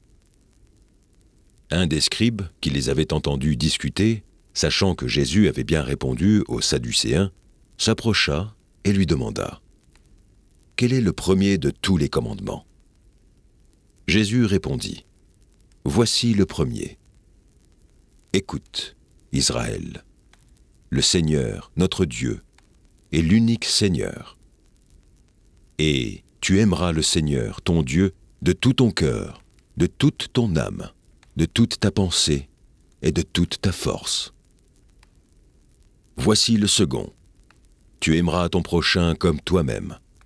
Il n'y a pas d'autre commandement plus grand que cela. » Le scribe lui dit : « Bien, maître, mais tu as dit avec vérité que Dieu est unique et qu'il n'y en a point d'autre que lui, et que l'aimer de tout son cœur, de toute sa pensée, de toute son âme et de toute sa force, et aimer son prochain comme soi-même, c'est plus que tous les holocaustes et tous les sacrifices. » Jésus, voyant qu'il avait répondu avec intelligence, lui dit : « Tu n'es pas loin du royaume de Dieu, et personne n'osera plus lui poser des questions. » Jésus, continuant à enseigner dans le temple, dit : « Comment les scribes disent-ils que le Christ est le fils de David ? David lui-même, animé par l'Esprit Saint, a dit : Le Seigneur a dit à mon Seigneur : Assieds-toi à ma droite, jusqu'à ce que je fasse de tes ennemis ton marchepied. David lui-même l'appelle Seigneur. Comment donc est-il son fils ? Et une grande foule l'écoutait avec plaisir. Il leur disait dans son enseignement : Gardez-vous des scribes, qui aiment à se prononcer en robe longue et à être salués dans les places publiques, qui recherchent les premiers sièges dans les synagogues et les premières places dans les festins, qui dévorent les maisons des veuves et qui font pour l'apparence de longues prières. Ils seront jugés plus sévèrement. » Jésus, s'étant assis vis-à-vis du tronc, regardait comment la foule y mettait de l'argent. Plusieurs riches mettaient beaucoup. Il vint aussi une pauvre veuve. Elle y mit 2 petites pièces, faisant un quart de sou. Alors Jésus, ayant appelé ses disciples, leur dit : « Je vous le dis en vérité, cette pauvre veuve a donné plus qu'aucun de ceux qui ont mis dans le tronc. Car tous ont mis de leur superflu, mais elle a mis de son nécessaire, tout ce qu'elle possédait, tout ce qu'elle avait pour vivre. » Chapitre 13. Lorsque Jésus sortit du temple, un de ses disciples lui dit : « Maître, regarde, quelle pierre et quelle construction !» Jésus lui répondit : « Vois-tu ces grandes constructions ? Il ne restera pas pierre sur pierre qui ne soit renversée. » Il s'assit sur la montagne des Oliviers, en face du temple, et Pierre, Jacques, Jean et André lui firent en particulier cette question : « Dis-nous, quand cela arrivera-t-il ? Et à quel signe connaîtra-t-on que toutes ces choses vont s'accomplir ?» Jésus se mit alors à leur dire : « Prenez garde que personne ne vous séduise. Car plusieurs viendront sous mon nom, disant : C'est moi. Et ils séduiront beaucoup de gens. Quand vous entendrez parler de guerre et de bruit de guerre, ne soyez pas troublés, car il faut que ces choses arrivent. Mais ce ne sera pas encore la fin. Une nation s'élèvera contre une nation, et un royaume contre un royaume. Il y aura des tremblements de terre en divers lieux. Il y aura des famines. Ce ne sera que le commencement des douleurs. Prenez garde à vous-même. On vous livrera aux tribunaux, et vous serez battus de verges dans les synagogues. Vous comparaîtrez devant des gouverneurs et devant des rois, à cause de moi, pour leur servir de témoignage. Il faut premièrement que la bonne nouvelle soit prêchée à toutes les nations. Quand on vous emmènera pour vous livrer, ne vous inquiétez pas d'avance de ce que vous aurez à dire, mais dites ce qui vous sera donné à l'heure même. Car ce n'est pas vous qui parlerez, mais l'Esprit Saint. Le frère livrera son frère à la mort, et le père son enfant. Les enfants se soulèveront contre leurs parents, et les feront mourir. Vous serez haïs de tous, à cause de mon nom, mais celui qui persévérera jusqu'à la fin sera sauvé. Lorsque vous verrez l'abomination de la désolation établie là où elle ne doit pas être, que celui qui lit fasse attention, alors que ceux qui seront en Judée fuient dans les montagnes. Que celui qui sera sur le toit ne descende pas et n'entre pas pour prendre quelque chose dans sa maison, et que celui qui sera dans les champs ne retourne pas en arrière pour prendre son manteau. Malheur aux femmes qui seront enceintes et à celles qui allaiteront en ces jours-là. Priez pour que ces choses n'arrivent pas en hiver, car la détresse en ces jours sera telle qu'il n'y en a point eu de semblable depuis le commencement du monde que Dieu a créé jusqu'à présent, et qu'il n'y en aura jamais. Et, si le Seigneur n'avait abrégé ces jours, personne ne serait sauvé. Mais il les a abrégés à cause des élus qu'il a choisis. Si quelqu'un vous dit alors « Le Christ est ici » ou « Il est là », ne le croyez pas. Car il s'élèvera de faux Christ et de faux prophètes. Ils feront des prodiges et des miracles pour séduire les élus, s'il était possible. Soyez sur vos gardes. Je vous ai tout annoncé d'avance. Mais dans ces jours, après cette détresse, le soleil s'obscurcira, la lune ne donnera plus sa lumière. Les étoiles tomberont du ciel, et les puissances qui sont dans les cieux seront ébranlées. Alors on verra le Fils de l'homme venant sur les nuées avec une grande puissance et avec gloire. Alors il enverra les anges, et il rassemblera les élus des 4 vents, de l'extrémité de la terre jusqu'à l'extrémité du ciel. Instruisez-vous par une comparaison tirée du figuier. Dès que ses branches deviennent tendres et que les feuilles poussent, vous connaissez que l'été est proche. De même, quand vous verrez ces choses arriver, sachez que le Fils de l'homme est proche, à la porte. Je vous le dis en vérité, cette génération ne passera point, que tout cela n'arrive. Le ciel et la terre passeront, mais mes paroles ne passeront point. Pour ce qui est du jour ou de l'heure, personne ne le sait, ni les anges dans le ciel, ni le Fils, mais le Père seul.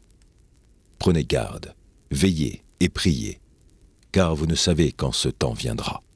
Il en sera comme d'un homme qui, partant pour un voyage, laisse sa maison, remet l'autorité à ses serviteurs, indique à chacun sa tâche et ordonne au portier de veiller. Veillez donc, car vous ne savez quand viendra le maître de la maison, ou le soir, ou au milieu de la nuit, ou au chant du coq, ou le matin. Craignez qu'il ne vous trouve endormi à son arrivée soudaine. Ce que je vous dis, je le dis à tous. Veillez. Chapitre 14. La fête de Pâques et des pains sans levain devait avoir lieu 2 jours après. Les principaux sacrificateurs et les scribes cherchaient les moyens d'arrêter Jésus par ruse et de le faire mourir. Car ils disaient que ce ne soit pas pendant la fête, afin qu'il n'y ait pas de tumulte parmi le peuple. Comme Jésus était à Béthanie, dans la maison de Simon le lépreux, une femme entra pendant qu'il se trouvait à table. Elle tenait un vase d'albâtre qui renfermait un parfum de nard pur de grand prix. Et, ayant rompu le vase, elle répandit le parfum sur la tête de Jésus. Quelques-uns exprimèrent en They say love is worth holding on to. But no one tells you how to let go. When the one you love the most is the one you have to lose.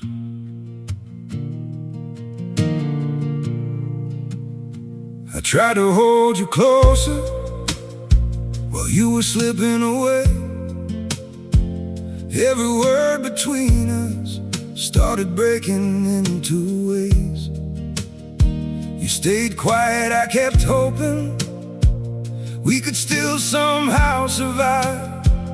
But the tighter I was holding, the more we... Entre leur indignation. À quoi bon perdre ce parfum? On aurait pu le vendre plus de 300 deniers et les donner aux pauvres. Et ils s'irritaient contre cette femme. Mais Jésus dit: Laissez-la. Pourquoi lui faites-vous de la peine? Elle a fait une bonne action à mon égard. Car vous avez toujours les pauvres avec vous, et vous pouvez leur faire du bien quand vous voulez, mais vous ne m'avez pas toujours.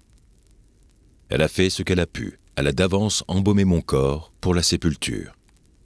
Je vous le dis en vérité, partout où la bonne nouvelle sera prêchée dans le monde entier, on racontera aussi en mémoire de cette femme ce qu'elle a fait. Judas Iscario, l'un des 12, alla vers les principaux sacrificateurs afin de leur livrer Jésus. Après l'avoir entendu, ils firent dans la joie et promirent de lui donner de l'argent. Et Judas cherchait une occasion favorable pour le livrer. Le premier jour des pains sans levain, où l'on immolait la Pâque, les disciples de Jésus lui dirent « Où veux-tu que nous allions te préparer la Pâque ?» Et il envoya 2 de ses disciples et leur dit « Allez à la ville, vous rencontrerez un homme portant une cruche d'eau, suivez-le. Quelque part qu'il entre, dites au maître de la maison. Le maître dit « Où est le lieu où je mangerai la Pâque avec mes disciples ?» Et il vous montrera une grande chambre haute, meublée et toute prête. C'est là que vous nous préparerez la Pâque. Les disciples partirent, arrivèrent à la ville et trouvèrent les choses comme il le leur avait dit. Et ils préparèrent la Pâque. Le soir étant venu, il arriva avec les 12. Pendant qu'ils étaient à table et qu'ils mangeaient, Jésus dit « Je vous le dis en vérité, l'un de vous qui mange avec moi me livrera. » Ils commencèrent à s'attrister et à lui dire l'un après l'autre « Est-ce moi ?» Il leur répondit « C'est l'un des 12 qui met avec moi la main dans le plat. Le Fils de l'homme s'en va selon ce qui est écrit de lui. Mais malheur à l'homme par qui le Fils de l'homme est livré. Mieux vaudrait pour cet homme qu'il ne fût pas né. » Pendant qu'ils mangeaient, Jésus prit le pain, et après avoir rendu grâce, il le rompit et le leur donna en disant « Prenez, ceci est mon corps. » Il prit ensuite une coupe, et, après avoir rendu grâce, il la leur donna, et ils en burent tous. Et il leur dit « Ceci est mon sang, le sang de l'alliance qui est répandu pour plusieurs. Je vous le dis en vérité, je ne boirai plus jamais du fruit de la vigne, jusqu'au jour où je le boirai nouveau dans le royaume de Dieu. » Après avoir chanté les cantiques, ils se rendirent à la montagne des Oliviers. Jésus leur dit « Vous serez tous scandalisés, car il est écrit « Je frapperai le berger et les brebis seront dispersées. Mais, après que je serai ressuscité, je vous précéderai en Galilée. » Pierre lui dit « Quand tous seraient scandalisés, je ne serai pas scandalisé. » Et Jésus lui dit « Je te le dis en vérité, toi, aujourd'hui, cette nuit même, avant que le coq chante 2 fois, tu me renieras 3 fois. » Mais Pierre reprit plus fortement « Quand il me faudrait mourir avec toi, je ne te renierai pas. » Et tous dirent la même chose. Ils allèrent ensuite dans un lieu appelé Gethsémane, et Jésus dit à ses disciples « Asseyez-vous ici pendant que je prierai. » Il prit avec lui Pierre, Jacques et Jean, et il commença à éprouver de la frayeur et des angoisses. Il leur dit « Mon âme est triste jusqu'à la mort. Restez ici et veillez. » Puis, ayant fait quelques pas en avant, il se jeta contre terre et pria que, s'il était possible, cette heure s'éloignât de lui. Il disait « Abba, Père, toutes choses te sont possibles. Éloigne de moi cette coupe. Toutefois, non pas ce que je veux, mais ce que tu veux. » Et il vint vers les disciples qu'il trouva endormis. Il dit à Pierre « Simon, tu dors, tu n'as pas veillé 1 heure. Veillez et priez, afin que vous ne tombiez pas en tentation. L'esprit est bien disposé, mais la chair est faible. » Il s'éloigna de nouveau et fit la même prière. Il revint et les trouva encore endormis, car les yeux étaient appesantis. Ils ne surent que lui répondre. Il revint pour la 3e fois et leur dit « Dormez maintenant et reposez-vous. C'est assez. L'heure est venue. Voici, le Fils de l'homme est livré aux mains des pécheurs. Levez-vous, allons. Voici, celui qui me livre s'approche. » Et aussitôt, comme il parlait encore, arriva Judas, l'un des 12, et avec lui une foule armée d'épées et de bâtons, envoyés par les principaux sacrificateurs, par les scribes et par les anciens. Celui qui le livrait leur avait donné ce signe. « Celui que je baiserai, c'est lui. Saisissez-le et emmenez-le sûrement. » Dès qu'il fut arrivé, il s'approcha de Jésus, disant « Rabbi !» et il le baisa. Alors ces gens mirent la main sur Jésus et le saisirent. Un de ceux qui étaient là, tirant l'épée, frappa le serviteur du souverain sacrificateur et lui emporta l'oreille. Jésus, prenant la parole, leur dit : « Vous êtes venus comme après un brigand, avec des épées et des bâtons, pour vous emparer de moi. J'étais tous les jours parmi vous, enseignant dans le temple, et vous ne m'avez pas saisi. Mais c'est afin que les Écritures soient accomplies. » Alors tous l'abandonnèrent et prirent la fuite. Un jeune homme le suivait, n'ayant sur le corps qu'un drap. On se saisit de lui, mais il lâcha son vêtement et se sauva tout nu. Ils emmenèrent Jésus chez le souverain sacrificateur, où s'assemblèrent tous les principaux sacrificateurs, les anciens et les scribes. Pierre le suivit de loin jusque dans l'intérieur de la cour du souverain sacrificateur. Il s'assit avec les serviteurs et il se chauffait près du feu. Les principaux sacrificateurs et tous les sanhédrins cherchaient un témoignage contre Jésus pour le faire mourir, et ils n'en trouvaient point. Car plusieurs rendaient de faux témoignages contre lui, mais les témoignages ne s'accordaient pas. Quelques-uns se levèrent et portèrent un faux témoignage contre lui, disant : « Nous l'avons entendu dire, je détruirai ce temple fait de main d'homme, et en 3 jours j'en bâtirai un autre qui ne sera pas fait de main d'homme. » Mais sur ce point-là, leur témoignage ne s'accordait pas. Alors, le souverain sacrificateur, se levant au milieu de l'assemblée, interrogea Jésus et dit : « Ne réponds-tu rien ? Qu'est-ce que ces gens déposent contre toi ?» Jésus garda le silence et ne répondit rien. Le souverain sacrificateur l'interrogea de nouveau et lui dit : « Es-tu le Christ, le Fils du Dieu béni ?» Jésus répondit : « Je le suis. Et vous verrez le Fils de l'homme assis à la droite de la puissance de Dieu, et venant sur les nuées du ciel. » Alors le souverain sacrificateur déchira ses vêtements et dit : « Qu'avons-nous encore besoin de témoins ? Vous avez entendu le blasphème. Que vous en semble ? » Tous le condamnèrent comme méritant la mort. Et quelques-uns se mirent à cracher sur lui, à lui voiler le visage et à le frapper à coups de poing en lui disant : « Devine !» Et les serviteurs le reçurent en lui donnant des soufflets. Pendant que Pierre était en bas dans la cour, il vint une des servantes du souverain sacrificateur. Voyant Pierre qui se chauffait, elle le regarda et lui dit : « Toi aussi, tu étais avec Jésus de Nazareth. » Il le nia, disant : « Je ne sais pas, je ne comprends pas ce que tu veux dire. » Puis il sortit pour aller dans le vestibule, et le coq chanta. La servante, l'ayant vu, se mit de nouveau à dire à ceux qui étaient présents : « Celui-ci est de ces gens-là. » Et il le nia de nouveau. Peu après, ceux qui étaient présents dirent encore à Pierre : « Certainement tu es de ces gens-là, car tu es galiléen. » Alors il commença à faire des imprécations et à jurer : « Je ne connais pas cet homme dont vous parlez. » Aussitôt, pour la seconde fois, le coq chanta. Et Pierre se souvint de la parole que Jésus lui avait dite : « Avant que le coq chante 2 fois, tu me renieras 3 fois. » Et en y réfléchissant, il pleurait. Chapitre 15. Dès le matin, les principaux sacrificateurs tinrent conseil avec les anciens et les scribes, et tout le sanhédrin. Après avoir lié Jésus, ils l'emmenèrent et le livrèrent à Pilate. Pilate l'interrogea : « Es-tu le roi des Juifs ?» Jésus lui répondit : « Tu le dis. » Les principaux sacrificateurs portaient contre lui plusieurs accusations. Pilate l'interrogea de nouveau : « Ne réponds-tu rien ? Vois de combien de choses il t'accuse. » Et Jésus ne fit plus aucune réponse, ce qui étonna Pilate. À chaque fête, il relâchait un prisonnier, celui que demandait la foule. Il y avait en prison un nommé Barabbas, avec ses complices, pour un meurtre qu'ils avaient commis dans une sédition. La foule, étant montée, se mit à demander ce qu'il avait coutume de leur accorder. Pilate leur répondit : « Voulez-vous que je relâche le roi des Juifs ?» Car il savait que c'était par envie que les principaux sacrificateurs l'avaient livré. Mais les chefs des sacrificateurs excitèrent la foule, afin que Pilate leur relâchât plutôt Barabbas.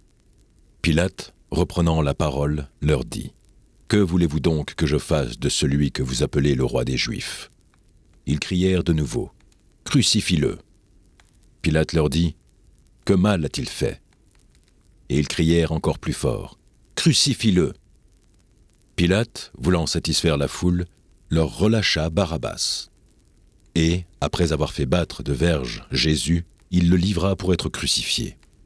Les soldats conduisirent Jésus dans l'intérieur de la cour, c'est-à-dire dans le prétoire, et ils assemblèrent toute la cohorte. Ils le revêtirent de pourpre et posèrent sur sa tête une couronne d'épines qu'ils avaient tressée.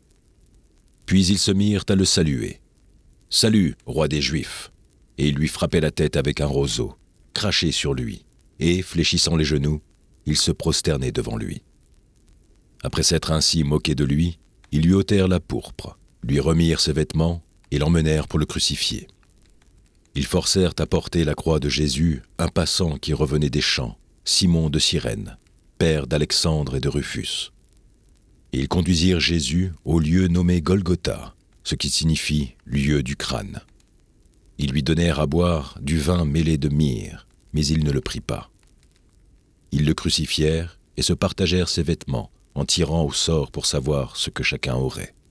C'était la 3e heure, quand ils le crucifièrent. L'inscription indiquant le sujet de sa condamnation portait ces mots : « Le roi des Juifs ». Ils crucifièrent avec lui 2 brigands, l'un à sa droite et l'autre à sa gauche. Ainsi fut accompli ce que dit l'Écriture. Il a été mis au nombre des malfaiteurs. Les passants l'injuriaient et secouaient la tête en disant : « Hé, toi qui détruis le temple et qui le rebâtis en 3 jours, sauve-toi toi-même en descendant de la croix. » Les principaux sacrificateurs aussi, avec les scribes, se moquaient entre eux et disaient : « Il a sauvé les autres et il ne peut se sauver lui-même. Que le Christ, le roi d'Israël, descende maintenant de la croix, afin que nous voyions et que nous croyions. » Ceux qui étaient crucifiés avec lui l'insultaient aussi. La 6e heure était venue. Il y eut des ténèbres sur toute la terre, jusqu'à la 9e heure. Et à la 9e heure, Jésus s'écria d'une voix forte : « Éloi, Éloi, lama sabachthani » ce qui signifie « Mon Dieu, pourquoi m'as-tu abandonné ?» Quelques-uns de ceux qui étaient là, l'ayant entendu, dirent : « Voici, il appelle Élie. » Et l'un d'eux courut remplir une éponge de vinaigre, et, l'ayant fixé sur un roseau, il lui donna à boire, en disant : « Laissez, voyons si Élie viendra le descendre. » Mais Jésus, ayant poussé un grand cri, expira. Le voile du temple se déchira en 2, depuis le haut jusqu'en bas. Le centenier, qui était en face de Jésus, voyant qu'il avait expiré de la sorte, dit : « Assurément, cet homme était fils de Dieu. » Il y avait aussi des femmes qui regardaient de loin. Parmi elles était Marie de Magdala, Marie, mère de Jacques le mineur, et de José, et Salomé, qui le suivait et le servait lorsqu'il était en Galilée, et plusieurs autres qui étaient montés avec lui à Jérusalem. Le soir étant venu, comme c'était la préparation, c'est-à-dire la veille du sabbat, arriva Joseph d'Arimathée, conseiller de distinction, qui lui-même attendait aussi le royaume de Dieu. Il osa se rendre vers Pilate pour demander le corps de Jésus. Pilate s'étonna qu'il fût mort si tôt, fit venir le centenier et lui demanda s'il était mort depuis longtemps. S'en étant assuré par le centenier, il donna le corps à Joseph. Et Joseph, ayant acheté un linceul, descendit Jésus de la croix, l'enveloppa du linceul et le déposa dans un sépulcre taillé dans le roc. Puis il roula une pierre à l'entrée du sépulcre. Marie de Magdala et Marie, mère de José, regardaient où on le mettait. Chapitre 16. Lorsque le sabbat fut passé, Marie de Magdala, Marie, mère de Jacques, et Salomé achetèrent des aromates, afin d'aller embaumer Jésus. Le premier jour de la semaine, elles se rendirent au sépulcre, de grand matin, comme le soleil venait de se lever. Elles disaient entre elles : « Qui nous roulera la pierre loin de l'entrée du sépulcre ?» Et, levant les yeux, elles aperçurent que la pierre, qui était très grande, avait été roulée. Elles entrèrent dans le sépulcre, virent un jeune homme assis, à droite, vêtu d'une robe blanche, et elles furent épouvantées. Il leur dit : « Ne vous épouvantez pas, vous cherchez Jésus de Nazareth, qui a été crucifié. Il est ressuscité. Il n'est point ici. Voici le lieu où on l'avait mis. » Mais allez dire à ses disciples et à Pierre qu'il vous précède en Galilée.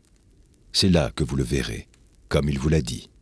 Elles sortirent du sépulcre et s'enfuirent, La peur et le trouble les avaient saisis, et elles ne dirent rien à personne à cause de leur effroi. Jésus, étant ressuscité le matin du premier jour de la semaine, apparut d'abord à Marie de Magdala, de laquelle il avait chassé 7 démons. Elle alla emporter la nouvelle à ceux qui avaient été avec lui, et qui s'affligeaient et pleuraient. Quand ils entendirent qu'il vivait et qu'elle l'avait vu, ils ne le crurent pas. Après cela, il apparut sous une autre forme, à 2 d'entre eux qui étaient en chemin pour aller à la campagne. Ils revinrent l'annoncer aux autres, qui ne les crurent pas non plus. Enfin, il apparut aux 11 pendant qu'ils étaient à table, et il leur reprocha leur incrédulité et la dureté de leur cœur, parce qu'ils n'avaient pas cru ceux qu'il avait vus ressusciter. Puis il leur dit : « Allez par tout le monde et prêchez la bonne nouvelle à toute la création. Celui qui croira et qui sera baptisé sera sauvé, mais celui qui ne croira pas sera condamné. Voici les miracles qui accompagneront ceux qui auront cru. En mon nom, ils chasseront les démons, ils parleront de nouvelles langues, ils saisiront des serpents. S'ils boivent quelques breuvages mortels, ils ne leur feront point mal. Ils imposeront les mains aux malades, et les malades seront guéris. » Le Seigneur, après leur avoir parlé, fut enlevé au ciel, et il s'assit à la droite de Dieu. Et ils s'en allèrent prêcher partout.